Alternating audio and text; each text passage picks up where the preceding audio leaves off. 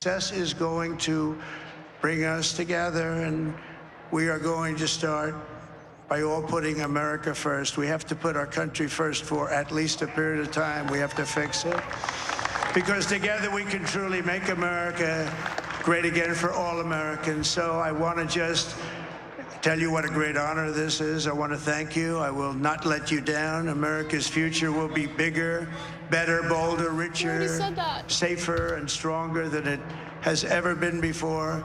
God bless you, and God bless America. Thank you very much. Thank you very much. Thanks, God. All right, everybody. It's that time of year. It's that time of the century. And as you know, by the time you hear this video, this will be a few days old, of course. Donald Trump has just won his second term, and I had to check in on the Young Turks to see what was going on. They're going to comment on his election night address. I have not watched this video at all. I'm watching it in real time with you. Let's carry on and see what they have to say. Okay, so there you have it. Donald Trump has won the 2024 election. Let's hope that our graphic is wrong and that it's not the final election. Ana made a great point during his speech. Hey, what happened to all the undocumented immigrants that were supposed to vote for the Democrats? I thought we were flying them to all the swing states. That's what Elon said. And he said, you know, the Democrats are going to steal the election. Donald Trump said it was rigged. Alex Jones said we're all going to be in FEMA camps. Ted Cruz said we're all going to be in Hobbit homes. None of those things ever happened, but the right-wing voters never catch on. Okay, and of course, they said, oh, Kamala would do the same thing. The Democrats would do the same thing as Donald Trump. They're not going to do the same thing. Kamala Harris is the vice president of the United States. She could refuse to certify the election. Is she going to do that? There's a 0% chance she's going to do that. There's a 0. Cenk is showing amazing cool right here. Let's see where he goes. 0% chance they'll try to cheat and try to say, well, I got fake electors in Michigan. So no, of course, she'll concede. It's over. Donald Trump has won. So last thing here, and then I'm going to do a quick bonus episode because all you good members, you wrote in all these great things. We'll do it quick, guys. But I want to give you guys a shout out because you're amazing. Thank you for trying to get us to the $100,000 goal today. Thank you for joining up for membership. 20% off, still possible on tyt.com. Thank you for all the things. ShopTYT.com has a bunch of wonderful shirts. The You're Fired one, though, not going to sell that well because that one didn't happen. All right, last thoughts. Michael, last thoughts about the election. You know, I'm disappointed. I'm disappointed in the country. I'm not casting the blame in the same way that you're casting it. There's plenty of time to look at what happened to make this happen. I think that you know, everybody who has a theory about it is probably right to some degree, and none of them are completely right. But you know, it's disappointing. I like politics. I love this, and then I see that speech, and I think that's not a president. You know, that's not who you know, I wanted to see win. Forget Democrat or Republican. It would have been nice to see somebody say something about his opponent, to be gracious in victory, and you know, to sort of press on. But who is this right idiot here, this twat?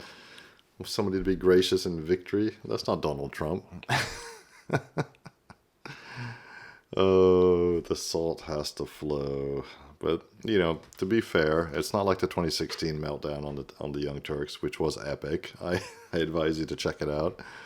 I have no idea who this guy is, but yeah, you know, he's really into politics, but he wishes I hadn't gone this way. That's what politics is. It's contact sport, as everybody says. You know, sometimes it goes your way, sometimes it goes the other way. Again, it doesn't. This was a landslide. This was a huge victory. I was wrong. I said if it was I thought it would be close, which it was, but that's a lazy piece of analysis. The truth is, I said if it was going to be a landslide, it was going to be a landslide for Harris, but I didn't think it was going to be a landslide. So neither was it a landslide for Harris. You know, so onward. I think it's going to be interesting to see what happens to the Republican Party. Every lame duck president becomes someone that they run from, and if they find that this brand in some way doesn't work. It'll be interesting to see that play out within their party, but the brand is working now, and so there's no reason to turn away from it. But I still think that it's more about Donald Trump than whatever that message is. Okay, yeah, you're right. He was not gracious. He didn't mention No, but Kamala I didn't Harris expect that at all. I mean, Joe yeah, Biden. yeah, no. But to be fair, he did bring up Dana White. Well, that's true, yeah. Trump, as much as he doesn't have the same energy, the same meme energy, the same what he had in 2016, he just had it. He had it in spades in 2016. He doesn't have as much of it now, but he's still got it, and he's so far ahead of the Democrats and the whole establishment. They can't even wrap their heads around it, just like they couldn't wrap their heads around it in 2016. Like his going on Joe Rogan's podcast, stroke of genius, and of course Kamala didn't go on it. They're just so far behind, and he is so far ahead, even though he's an old man. He's almost as old as Joe Biden, and he's still just outpacing them, and he's got so much energy. Okay, Ana. I take solace in knowing that the vast majority of American voters actually do agree on the important policy issues. Poll after poll shows that when it comes to bread and butter issues, there's widespread agreement. When it comes to corruption in America, there's widespread agreement. And so the only thing that I would just urge people to do is don't lash out at voters, and that's rich coming from me because in 2016, I certainly lashed out at voters. Oh yeah, check out that. Look that one up. 2016, Ana Kasparian lashing out at women voters, women who voted for Trump. Yeah, we remember Ana. And I think that was misplaced anger. I just think that the reason why a message like "we need to save democracy" didn't work is because I don't think Americans feel well represented by our democracy. Wow. A bit of self-knowledge there, a little introspection. Yes, that's exactly true. Americans don't feel represented by your so-called democracy. Democracy has been corrupted and defiled beyond recognition. And I think that's part of Trump's appeal. I mean, he angers everybody, whether it's establishment Democrats or, establishment Republicans who he refers to as rhinos.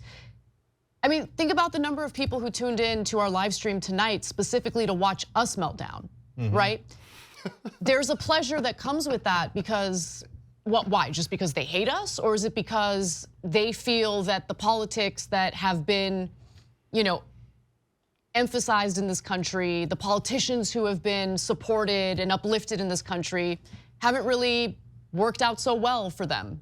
I think that's something that we need to come to terms with, and people are gonna get upset about this, but I'm gonna say it. I think that it's cheap politics, and I think it's pathetic to just constantly lash out as these people are all racist and sexist, and that's the only thing that explains it. If you're gonna keep, going in that direction, I think we're gonna keep losing. Didn't work in 2016, and it didn't work this time. I think Democrats are gonna keep losing. I think we need to come to terms with the real frustrations that voters have. Okay, so I've got last thoughts here. First off, guys, everybody watching, make sure you come back tomorrow at 6 to 8 o'clock Eastern, and every day at 6 o'clock Eastern, because you see the honest show we do. I mean, Okay, enough of that. Yeah, so to be fair, they're not melting down. They obviously learned their lesson from 2016 when Trump won. But only Ana Kasparian, she seems to get it. As we know, she's been veering so-called rightward or away from the left over the past year or so.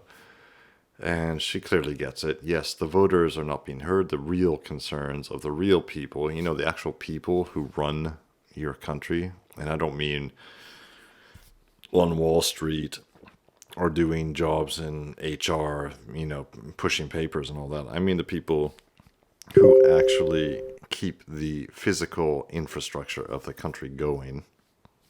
People who drive trucks, who stock shelves, who build, design, and maintain infrastructure, the power grid, the waterworks, water grid, the gas grid, all that sort of stuff, who deliver things. So, you know, just in time, so your stores are full in your neighborhood, all that stuff, so the cities can survive.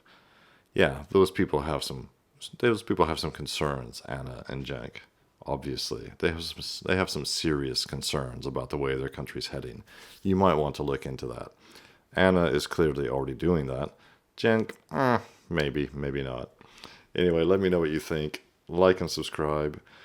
In the meantime, I hope you're celebrating the the latest victory by Donald Trump, as I am.